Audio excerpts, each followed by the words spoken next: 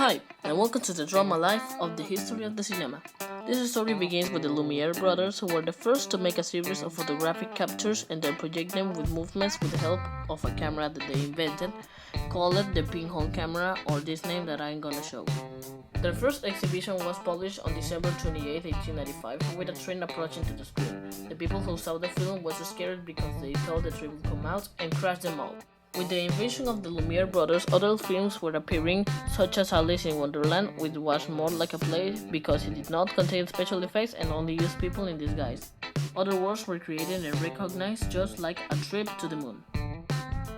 Over the years, the cinema became popular. This led to the existence of very important actors such as Charles Chaplin, who was writer and protagonist of his own films.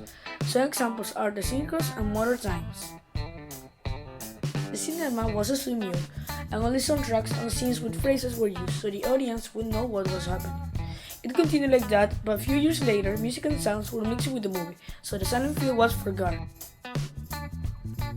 The Technicolor appeared, which was a good way to make movies and color series, such as the Mickey Mouse short films, the first animated series of Spider-Man, and the Disney Snow White, while some movies were still black and white.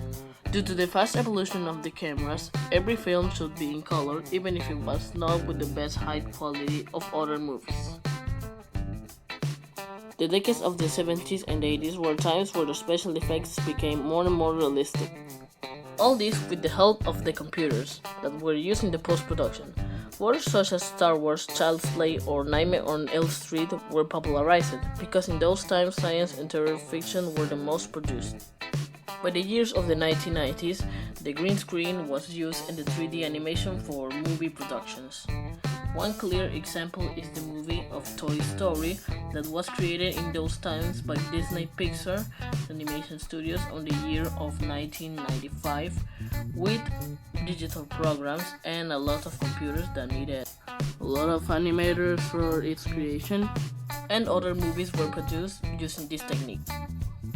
Some of these creations were the movie of Jurassic Park, along with Jumanji, that were full of special effects by obvious reasons, and those people who have seen the movies know why.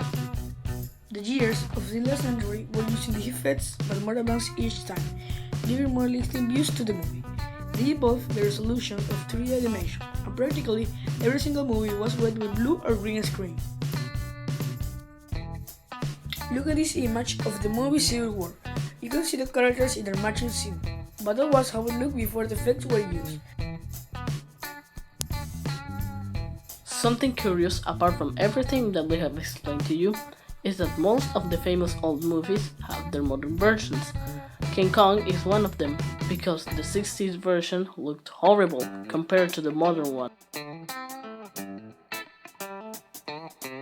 Another recognized movie is Jurassic Park, that has its modern version with Jurassic World.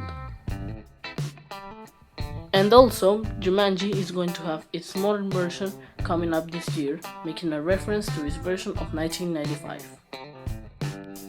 We could talk many other stuff, but we have to wait for more movies to interview the actors and later make more requests for new creations. This is the end of the video, but not of the cinema's history.